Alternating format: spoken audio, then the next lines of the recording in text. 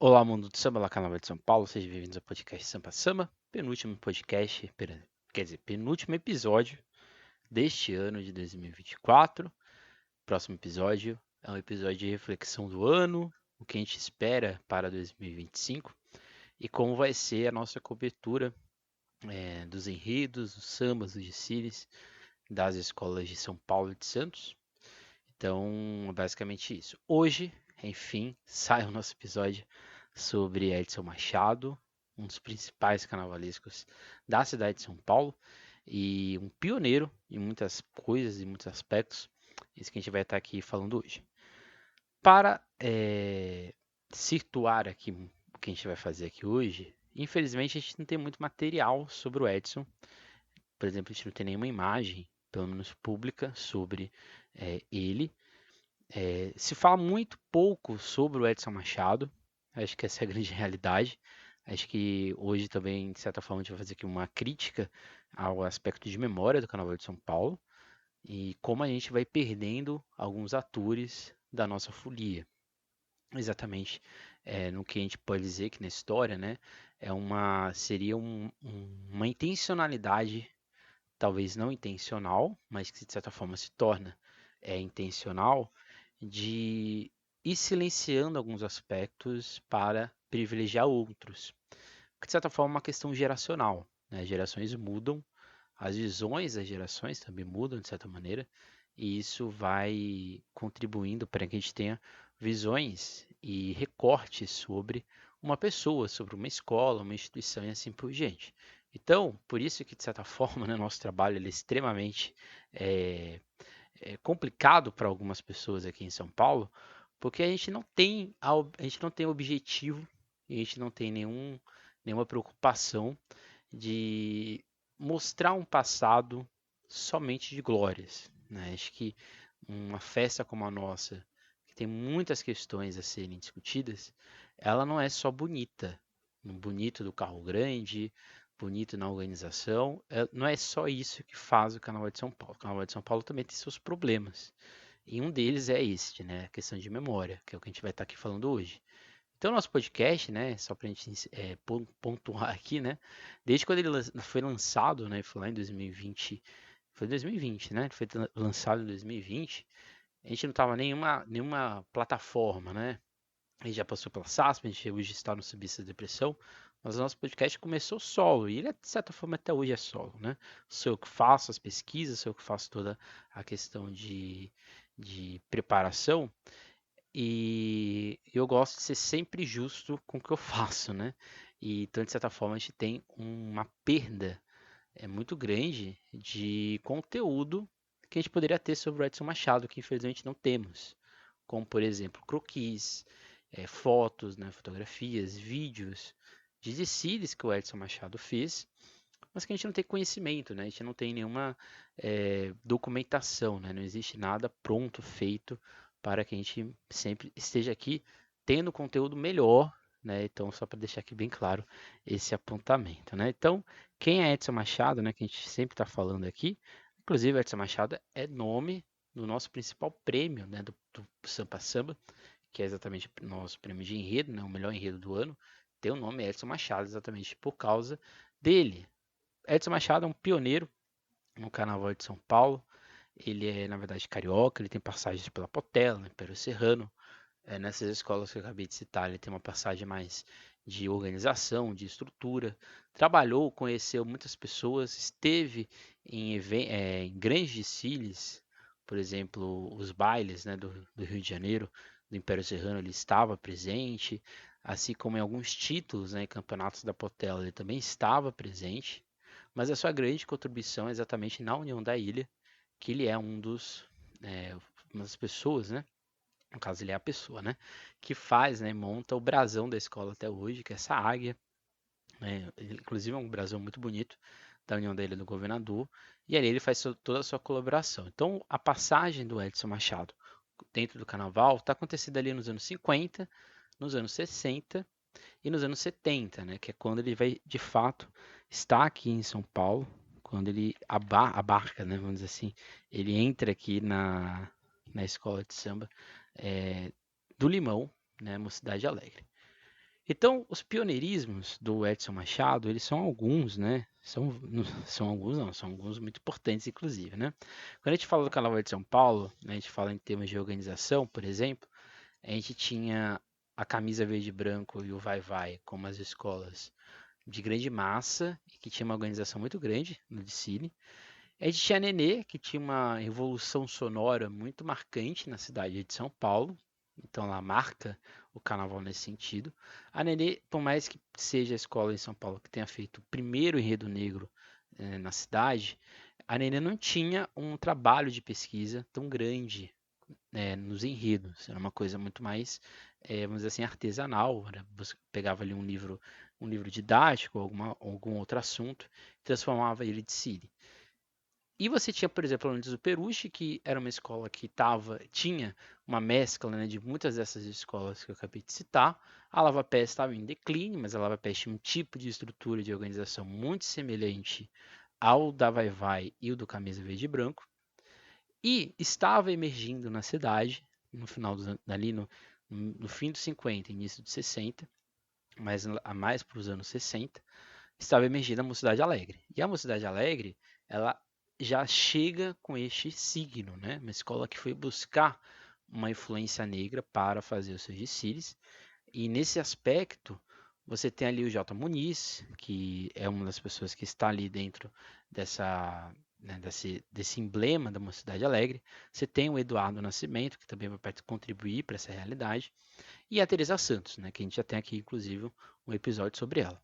Mas quem é que vai trazer, né, de fato, essa, essa maior contextualização para o enredo negro é exatamente o Edson Machado, né? Então ele dá essa amplitude, né? Ele coloca o enredo negro para além de falar de uma figura, para além de falar de algum evento. Ele aprofunda o enredo. Por quê, né? Ele era um especialista, então ele tinha um conhecimento teórico sobre o assunto. E isso se refletia nos desfiles, né? Então ele tinha ali trabalho de texto, trabalho de imagem, ele tinha ali todo um trabalho de composição, decomposição dessas ações. Então assim ele amplia o horizonte do enredo negro e ele vai dar novos tons para uma temática que estava sendo embrionária em São Paulo, mas que a Mocidade Alegre abraçou muito bem.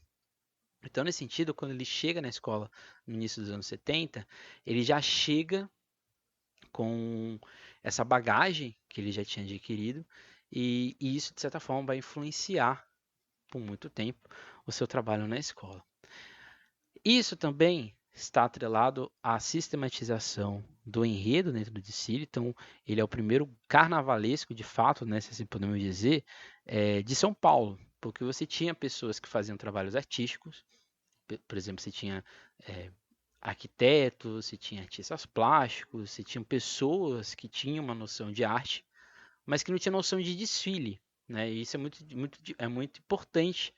E a gente está falando aqui dos anos 70, que em São Paulo isso era muito vago. Você não tinha ainda isso muito aprofundado, a não ser a Nenê de Vila Matilde, né? Que tinha sim uma organização de desfile, mas não tinha esse aprofundamento no tema. E quem é que vai trazer, né, essa sistematização do enredo do desfile? É o Edson Machado, né? Ele vai criar o que a gente hoje chama de enredo em São Paulo, mas que já existia no Rio de Janeiro. Então ele traz do Rio de Janeiro essa realidade e ele coloca para a cidade de São Paulo a adaptação de algo que ainda era incomum. Então, quando ele vai criando essa sistematização do enredo, seria como se ele criasse a história, né? Como se ele criasse a lógica carnavalizada deste tema na avenida e assim por diante. E isso totalmente associado no que a gente já estava falando aqui, e a gente só reforçando, né? Esse aprofundamento do texto. Porque se hoje, né, a gente tem essa briga aqui no nosso podcast, né, das escolas postarem os seus enredos, postarem as suas sinopses, né, suas ideias sobre o tema, ou vídeos e assim por diante, nessa época, nos anos 70, isso era quase raro. Era muito difícil você ter um libreto, algo do tipo. E o Edson traz isso para a Mocidade Alegre. Ele não só traz para a Mocidade Alegre, mas como ele cria, né, toda uma imagética dentro do que ele iria levar para a pista. E aí entra essa pesquisa e aprofundamento, né? Ele era especialista, como disse, em enredo afro, mas ele também era um pesquisador de arte. Então ele tinha essa noção, né? Ele sabia o que ele estava fazendo. Então, o que a gente está falando, portanto, embora aqui comparações sejam muito problemáticas, é como se ele fosse um revolucionário ou ele recriasse algo que hoje é muito importante para o Tsili, que é a história, que existia, repito, existia em São Paulo, mas ele organiza essa ideia e aí cria sim esses enredos afro. Além, claro, do uso e da utilização de materiais para efeitos práticos, né? Daqui a pouco a gente vai ver aqui algumas imagens para quem está no YouTube, mas o uso de espelhos, o uso de elementos naturais, efeitos com adereços de mão. Ele tinha uma característica muito interessante, né? Que eram os capacetes, né? Essa parte que integra a fantasia, bem alta, né? Para dar volume na pista e assim enxergar o todo o que estava acontecendo. Ele tinha um conhecimento muito grande, né, de sair do óbvio da cor, né? Então, numa época que as escolas quase que 100% desfilavam com as suas cores, ele começa a criar blocos chapados, né? Então, ele faz grandes blocos com a mesma cor, mas não é, aí você vai percebendo, né, conforme você vai ver nos vídeos, que não é a mesma cor, né? São cores que vão se ou escurecendo, ou vão clareando ao longo da pista. Uma coisa que é muito interessante, né? Embora hoje seja algo comum, que é a ligação entre ala e alegoria no que a gente chama hoje de setor. De novo, ele não é o grande, ele não criou isso, mas ele traz isso para São Paulo. Então ele começa a setorizar os seus enredos e nessa setorização ele vai criando ali essa profundidade do enredo, do tema que ele estava levando para a pista, né? Então, repito, isso existia em São Paulo? Já existia enredo, já existia sub-enredo, já existia fantasia, já existia alegoria, mas muitas dessas fantasias e muitas dessas alegorias eram apenas ilustração do desfile. Existia uma preocupação muito maior com o ritmo, com a bateria, com o samba, e por isso, né, que você tem a Nenê de Vila Matilde sendo uma hegemônica, né, nessa época. Né? A hegemonia da Nenê de Vila Matilde é muito pelo aspecto musical e de organização do desfile, que de fato a Nenê de Vila Matilde tinha. Mas esse aspecto artístico, né, esse aspecto do desfile enquanto beleza visual, é a Mocidade Alegre que vai de fato estruturar isso em São Paulo, né? Depois a gente vai ter junto com ela Rosas de Ouro, né? Essas duas escolas que vão ter essa grande preocupação, mas isso é o cerne. Quem tem grande contribuição para isso é exatamente o Edson Machado, que aí sim na Mocidade Alegre, como eu já tinha falado aqui, ele vai ter uma importância exatamente, não só ele, mas com outras pessoas, além de, né, a Mocidade Alegre vinha de um bicampeonato, que eram os dois primeiros títulos da escola, e ele chegava exatamente com uma pressão, né, de ter que dar um tricampeonato para a escola. E ele já chega sendo campeão dentro de um enredo de temática africana, se não me engano, é o Tsai de Marraça, e ali você vai ter um, esse grande emblema. Né? A Mocidade já tinha feito enredos negros, mas ele traz um trabalho de pesquisa, um trabalho de aprimoramento do tema muito maior do que existia antes. E de novo, né, como já disse aqui, ele vai ter a parceria do J. Muniz, que era uma espécie de carnavalesco, um faz-tudo do samba. Ele era o presidente do Império do Samba, que era a madrinha da Mocidade Alegre, e o Eduardo Nascimento, que também participava. É esse trio, né, e exatamente pelo Edson C, do Rio de Janeiro, que a gente vai ter esse intercâmbio cultural muito importante na Mocidade Alegre, que molda também a estrutura da escola até hoje, né? Que é, no caso, que são, né? As 24 horas do samba, né? Que não são eles que criam, mas eles que vão trazer, né? Nesse contato, né? Nesse intercâmbio cultural, eles vão trazer essas pessoas para os eventos da Mocidade Alegre. E por isso que a Mocidade Alegre, né? Ela se torna nos anos 70, nos anos 80, uma espécie de morada do samba, né? Por isso que o nome é esse. Porque a mocidade ela toma para si essa necessidade de discussão, de aprimoramento, não só do samba, mas da temática negra. E aí entra talvez, né, talvez não, com certeza, a participação da Teresa Santos nessa história, que conheceu o Edson, né, eles se conheciam, e de certa forma isso molda, repito, essa discussão negra dentro da escola. Então, se a Mocidade Alegre tem essa identidade, Muito se deve a Teresa Santos, ao J. Muniz, Eduardo Nascimento e principalmente ao Edson Machado, que aprofunda isso. Então, por exemplo, a Nenê de Matilde sempre teve essa identidade negra. Mas quem é que vai mudar, né, dar essa virada de chave na temática negra, né, na Nenê de Matilde? É exatamente o Edson Machado, que a gente vai ver daqui a pouco. Então, ele tem uma grande participação em duas escolas negras da cidade, além, claro, da Barroca Zona Sul, que ele também participa. Então, algumas coisas, quando a gente vai pesquisando, né, a gente fica até um tanto quanto surpreso, né? Mas não é uma surpresa que acontece, é uma surpresa que parece que tem áreas, né, tem ali uns aspectos de intencionalidade. Então, eu não acho que foi de propósito ou foi algum acaso que ele chegou nessas escolas, né? Ele sabia, ele tinha conhecimento, e isso vai aprofundando ainda mais toda essa realidade, todo esse contexto. Ao todo, ele vai fazer 8 desfiles, né, na Mocidade Alegre. Desses 8, 4 são de temática negra. E dois dos títulos que ele vai ter são exatamente na temática negra, né, que é a Odisseia de Marraça e exatamente o Embaixada de Bambas, né, que são dois enredos negros da escola. E a gente também não pode esquecer, né, acho que esse aqui é o ponto mais interessante, né, que daqui a pouco a gente vai ver um exemplo, que é exatamente o enredo da Revolta dos Malês. Mas como é interessante você perceber que uma escola como a Mocidade Alegre adota esse discurso mais crítico da questão negra, daqui a pouco a gente vai ver o Revolta dos Malês, adota esse discurso em um contexto de ditadura militar, no contexto do AI-5, que é exatamente o momento, né, ali entre 1968, né, o fim de 68, até metade ali de 1979, ou seja, quase 11 anos, 11 anos, né? 11 anos é muito forte, mas acho que 10 anos e alguns meses, em que a gente vai ter no Brasil o pior momento de repressão e de censura. E de censura também artística, né? E a censura prévia. Então as escolas tinham que levar o que elas iam produzir para fiscalização, né? Para os censores, e assim ser liberado. Então é interessante a gente pensar que a Mocidade Alegre, por mais que ela não tenha é, sido ativa, né, e não sofreu ataques, por exemplo, na ditadura militar, mas é inegável, né? É impossível a gente não perceber como que uma escola de samba conseguiu levar para a avenida, em 1979, um enredo sobre revoltas malês. Ou como conseguiu, né, colocar na sua quadra esse discurso de empoderamento de negritude, que era um discurso extremamente isolado dentro da ditadura, que não reconhecia isso como um problema do Brasil. Então é interessante pensar que nesse período do AI-5, a gente está tendo uma escola de samba em São Paulo com um aprofundamento da questão negra.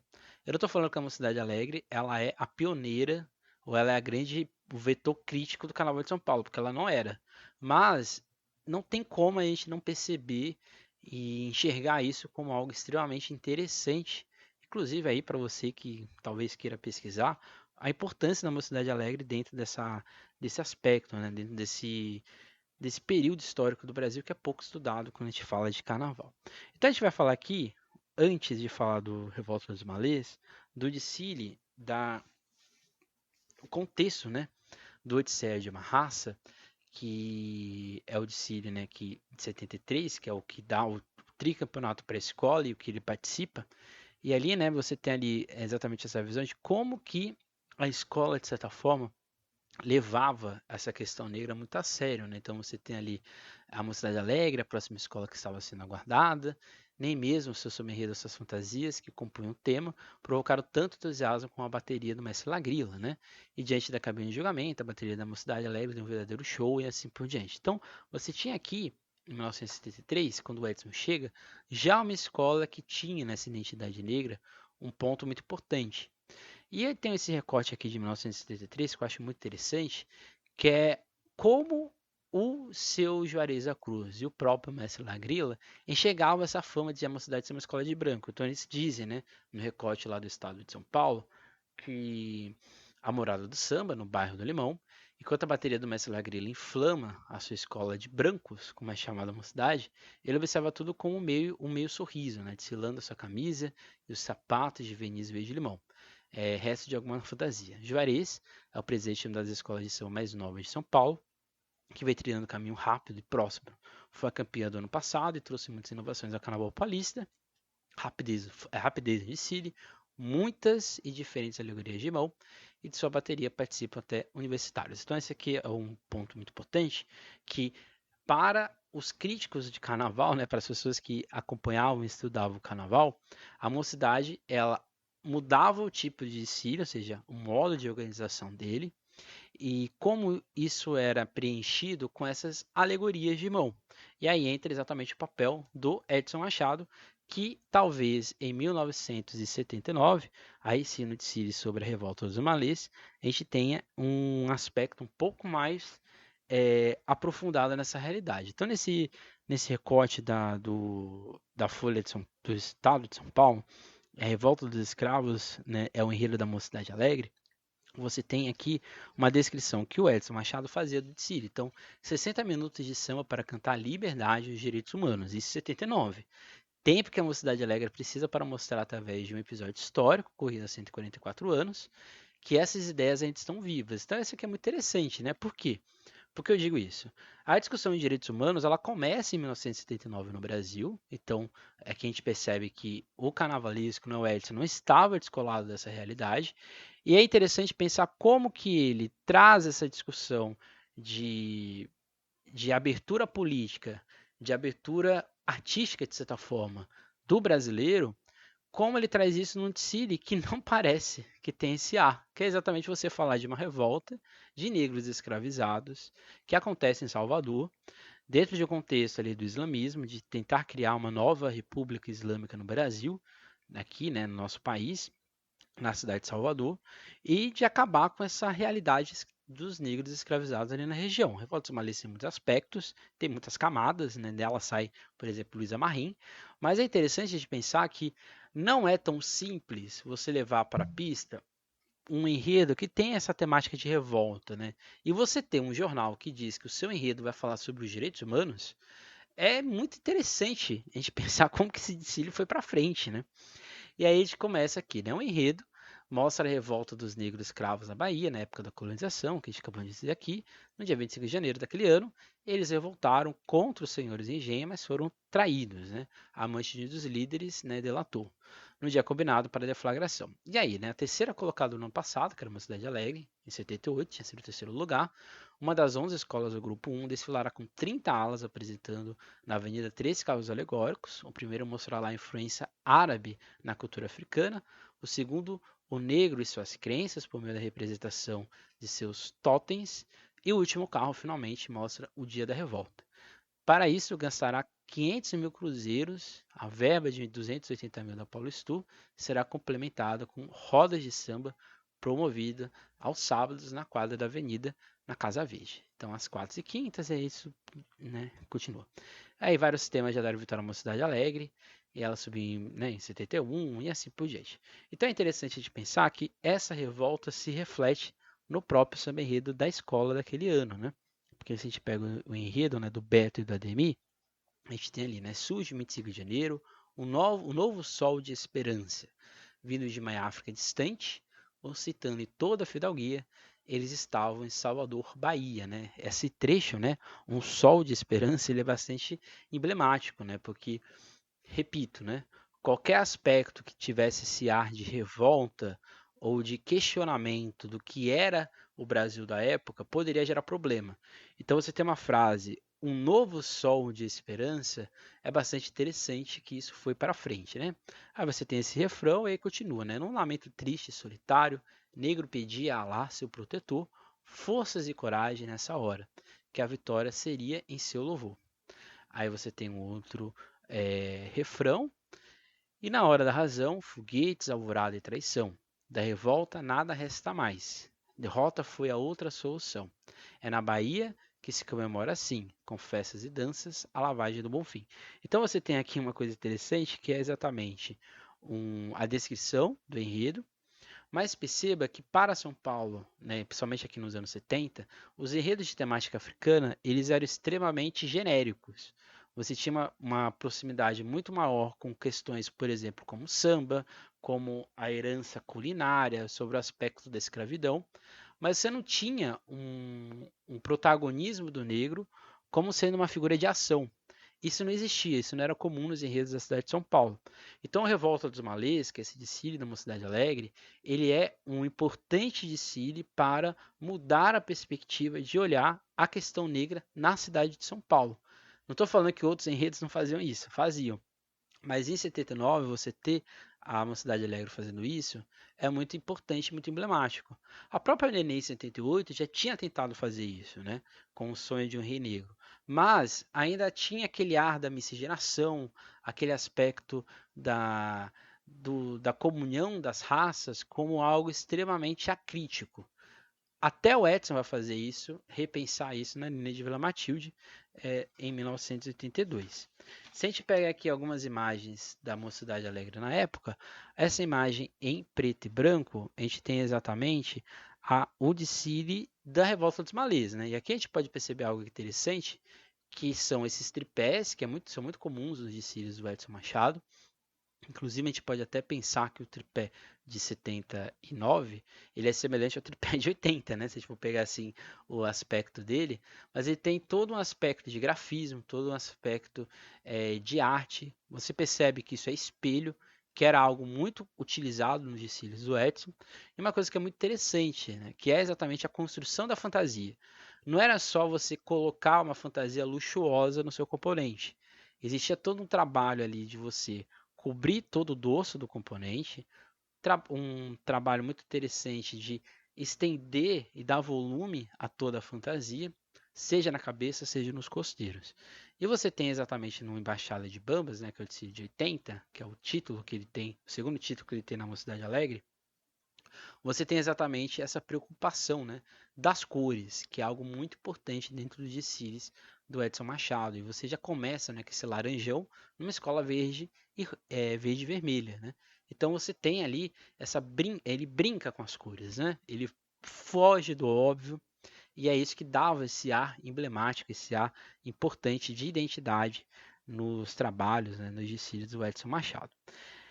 A gente vai agora para a Nenê de Vila Matilde, que é a segunda passagem emblemática dele, né? Então você vai ter ali 1982 e 1987, dois desfiles que ele vai fazer na Nenê. Ele faz 82 e depois 87.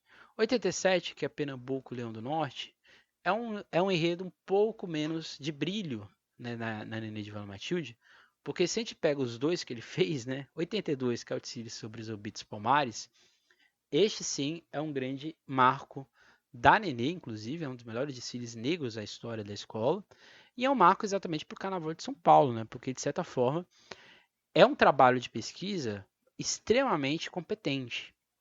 Daqui a pouco a gente vai perceber por que isso.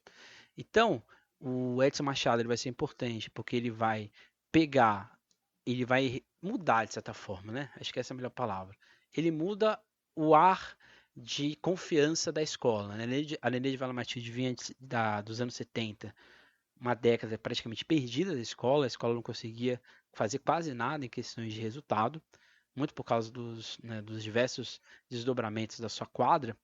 Mas o mais interessante, né, é que quando o Edson chega na escola, a Nenê já tinha feito bons desfiles, né, inclusive em 81, mas em 82 ele traz esse frescor para a escola, e isso de várias formas, né? E ele é o responsável por essa virada de chave na temática negra na Nenê de Vila Matilde. Ele é a primeira pessoa que sai desse tom mais dolente de observar o negro e coloca agora o negro como um protagonista da sua história.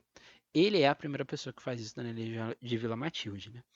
E na Nenê de Vila Matilde, talvez Palmares, né, Raiz da Liberdade, seja o grande núcleo, né, dessa realidade nos desfiles da escola.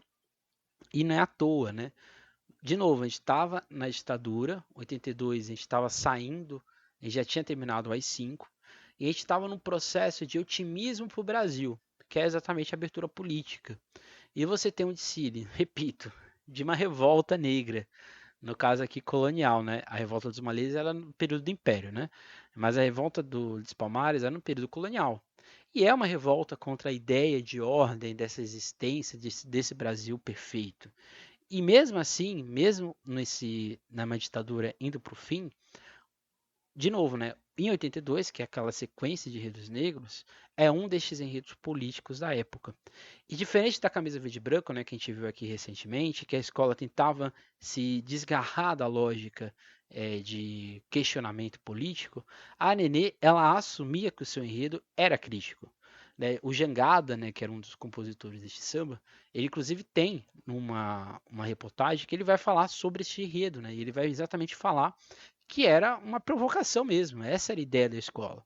E porque era uma ideia do Edson. Né? O Edson traz essa lógica porque o enredo, né, o desenvolvimento do enredo, é exatamente para fazer esse questionamento, né, do negro, e principalmente de zumbi, que não morre, ele se eterniza dentro dessa realidade, e ele deveria ser um vetor dessa construção, né, dessa visualidade, dessa unidade de brancos, negros e indígenas para pensar um novo país. Então, antes na Nenê, o discurso era da miscigenação, né? E acabava ali. O Edson ele traz uma outra perspectiva que vai seguir na escola, que é a ideia de que o negro, branco e o indígena ele tem que estar junto para a construção, né? Essa reconstrução do país, seja na política, seja na questão social e assim por diante. Então, em reportagem do estado de São Paulo, a gente tem esse trecho que é bastante interessante, né? Que a gente tem um Betinho explicando parte do enredo, que então exatamente o enredo do Edson, e a Nenê, segundo Betinho, filho do presidente, lembrará a Odisseia de Palmares e seu profundo significado histórico, com os desejos de liberdade e paz de milhares de seres humanos que não aceitaram viver no cativeiro, preferindo a morte, já que os opressores da época não lhes davam outra alternativa. Né? Isso aqui surge da pesquisa do Edson. A escola contará os 3 anos e 22 dias de batalha que decretaram o fim do quilombo e a imortalização do nome do herói maior da raça negra brasileira, Zumbi. Então Betinho revela ainda que liberdade e paz serão os 2 grandes ideais da Nenê, e por isso o branco será a cor dominante de suas alegorias, já que simbolizava a paz, né, aliado ao verde, esperança. Então a união dos negros, índios e brancos, estes pobres, isso aqui é muito importante, né, que a escola o Edson dá essa ênfase, né, discriminados e rejeitados, fizeram de Palmares um Brasil mais nobre, diz o verso do samba, né? Que vai ser cantado por 1.800 pessoas. E na representação de Zumbi, neto da princesa Aquatune, mãe de Ganga Zumba, o rei de Palmares, a Nenê, irá apresentar as 2 versões existentes sobre a morte do guerreiro. Segundo uma delas, após a batalha, resultou no massacre com o Domingo Jorge Velho, e o corpo de Zumbi não foi encontrado. Mas um ano depois, um negro preso no caminho da Recife teria trocado sua vida pela denúncia do local onde Zumbi estava escondido. E após o seco e o massacre, e assim por diante. E a outra versão é uma lenda segundo a qual o povo negro, recusando-se a acreditar na morte de Zumbi, passou a cantar à noite nas senzalas que Zumbi e assim por diante. Então, isso aqui que eu estou falando é reflexo de pesquisa, né? Que é o grande diferencial desse desfile da Avenida de Matilde. Por quê? A estética não era de trazer uma África ou uma negritude triste. O enredo, a todo momento, ele venera a cultura negra, principalmente africana, e como o Zumbi dos Palmares, né, e o quilombo em si, ele resistiu a essa realidade, mas de certa forma é uma visão do próprio Edson de que a nossa própria visão de Palmares nos anos 40 não era, talvez, o que a gente esperava. Então, se a gente pega essas imagens, né, e talvez uma das mais bonitas é exatamente essa águia humana, uma das poucas águias humanas da Nenê de Vila Matilde, a gente tem exatamente nesse abre-alas, né, essa grande máscara que compõe o carro, esses chifres, né, que vão indo para o lado, e essa negra, né, essa mulher negra, sendo a própria águia. Né? Então você tem ali um símbolo de liberdade, um símbolo até mesmo de criticidade, que na comissão de frente você tinha mulheres em prata, e esse começo e todo o desfile ele é pontuado nesses pequenos, né, caquinhos de espelho, com outros tipos de brilho, mas principalmente o espelho, que vai dando um brilho ao desfile. Então, o enredo, o desfile em si, é uma veneração à liberdade de Palmares, que só era possível porque você tinha um carnavalesco que tinha esse conhecimento. E se a gente for perceber, o branco, ele pontua todo o desfile. As cores, elas vêm acontecendo. E o interessante é o uso dos tripés, das alegorias, dessas máscaras, né, que dão esse efeito e dão esse impacto visual muito grande, que era uma marca do Edson. A gente não tem imagens, mas provavelmente nos outros desfiles negros que ele fez tinha essa pegada um pouco mais artística. E que, repito, isso aqui não é nenhuma grande novidade se a gente for pensar o carnaval carioca. Mas para o carnaval de São Paulo, esse tipo de estética, né, esse tipo de preocupação visual, era algo um tanto quanto incomum para os anos 80, né, ainda mais no início dos anos 80.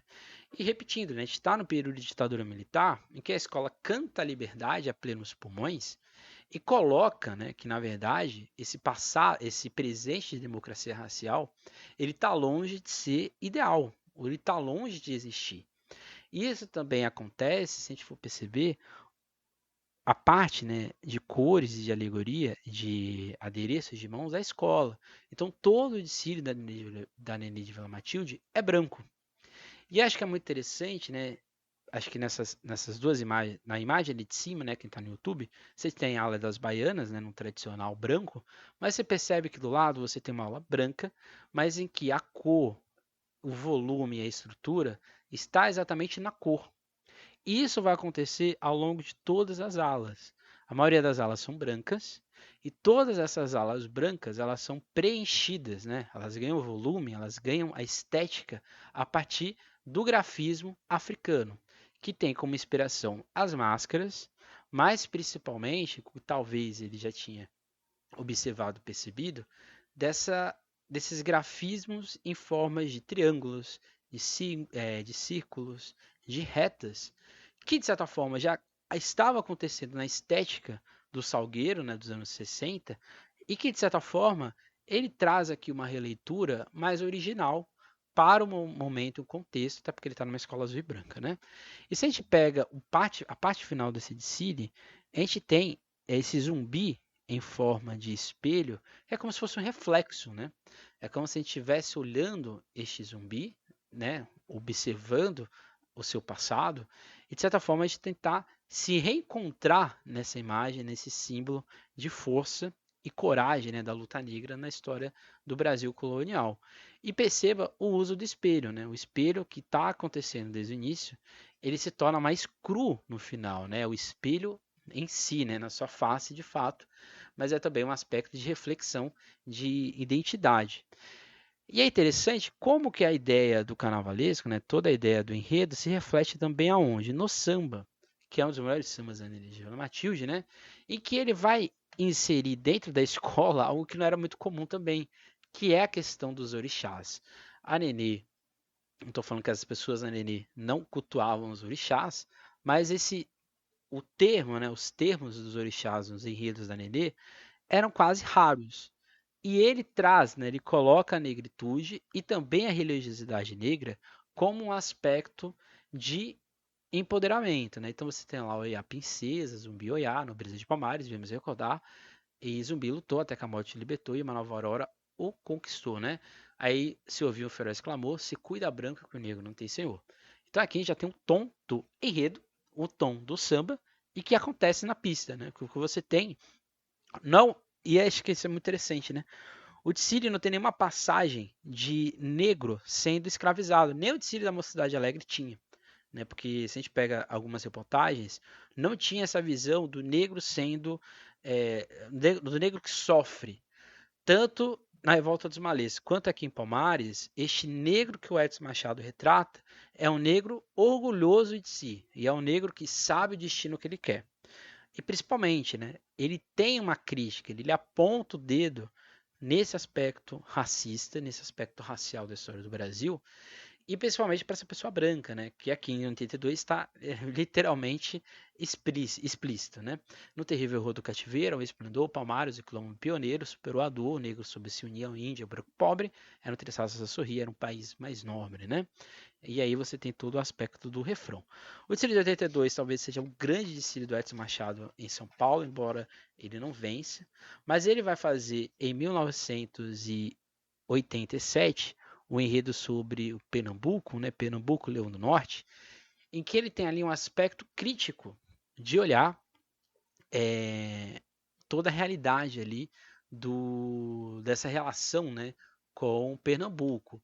E ele vai fazer uma crítica exatamente ao aspecto que se desenvolve ali do Brasil colônia. Então, o enredo desenvolvido pelo carnavalesco Edson Machado se propõe a ressaltar a importância de Pernambuco no Brasil colônia, acentuando a participação popular na insurreição que teve seu ponto culminante na Batalha de Guararapes. A cultura e a arte popular do estado nordestino será evocada nas manifestações do maracatu, bumba meu boi, frevo, vaquejada e nas esculturas de Mestre Vitalino. O tema, em sua parte final, vai destacar a luta do nordestino para superar os problemas da seca, a arte de Luiz Gonzaga e Gonzaguinha, a participação popular nas reivindicações sociais, inclusive a solução para os problemas da zona rural. Então aqui a gente tem um outro tipo de crítica. Se nos enredos da mocidade da Nenê, de 82, você tem a crítica na questão negra, aqui ele traz a crítica social regional. Isso aqui é importante, né, porque o Nordeste nos anos 80 era uma região neste estigma, né? Era como se fosse uma região que não tinha solução.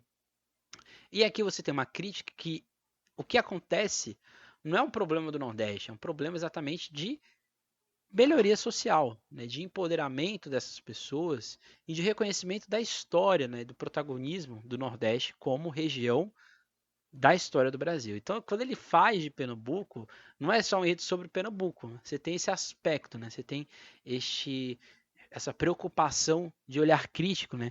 De percepção, né? De entender a realidade existente. O Edson também vai ter uma passagem na Unidos do Peruche, em que ele vai fazer um único Odyssey, que é o Odyssey sobre o Grande Otelo. Então, Gregório Fidelis Papa, não tem dúvidas, o carnavalesco da Unidos do Peruche, Edson Machado, é o melhor de São Paulo. O samba de Joaquinzinho e Bené é ótimo, e o mestre Sala Marquinhos é incomparável. O presidente da escola Papa reclama muito das dificuldades financeiras, e a Unidos do Peruche vai levar exatamente o criador de ilusões, né, o Grande Otelo. Então, a escola vai levar para a avenida este teatro, né, que eu falo do teatro, da televisão, do cinema, né, da arte do Grande Otelo, e com o objetivo, né, melhorar a classificação da escola.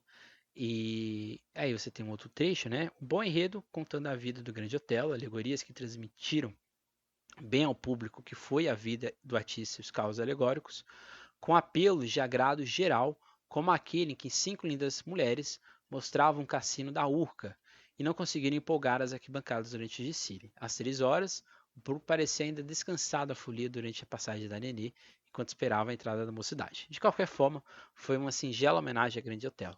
Logo atrás da comissão, vinham 3 estandartes com as inscrições Arte, Amor e Emoção, seguidos de um carro alegórico representando um grande palco. Uma ala de palhaços lembrava o início da carreira de Otelo em Minas Gerais, não faltando também o Cassino da Urca, onde ele fez muitos shows.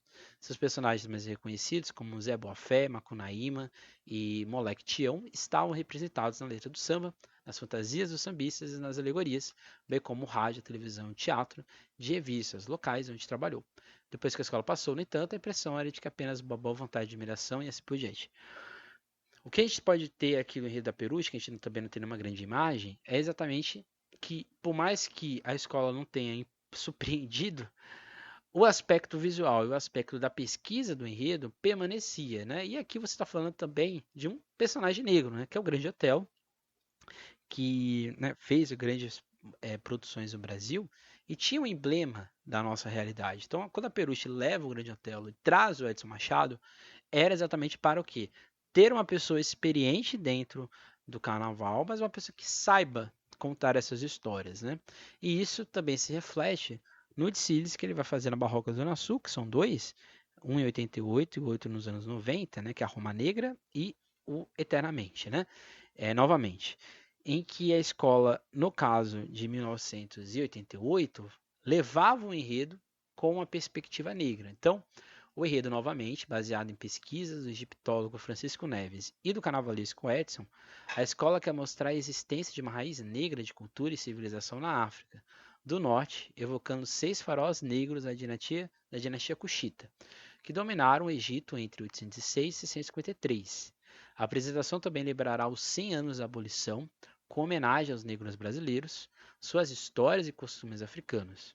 A temática será complementada com homenagens póstumas a Zumbi, Mãe Menininha, Clementina de Jesus e o sociólogo Gilberto Freire. Aí, complementando aqui, o enredo tratava-se, portanto, de uma continuação do enredo do ano passado, enfatizando o papel da escola do Grupo 1. Fala novamente do negro brasileiro, segundo o autor, o Edson Machado, a cada ano mais politizado e consciente da sua condição de negro e sua posição na sociedade. A escola sempre abordou em seus enredos a história do negro e também este ano lembra os cenas da abolição. Então você tinha aqui, no enredo da Barroca Zona Sul, novamente, você tinha também a perspectiva, como o próprio Edson já deixa bem expresso, que a gente já estava discutindo aqui, né? Esse empoderamento do negro, que já no final dos anos 80 já estava se manifestando em questões políticas, na perspectiva de organização em comunidades, de reflexão da questão racial no Brasil, que vai culminar no final dos anos 90 e início dos anos 2000 com as diversas políticas públicas para a população negra. Então o Edson estava à parte disso, né? Quando ele traz esse enredo novamente, indo lá no Egito trazer a ideia de empoderamento racial, não era qualquer forma.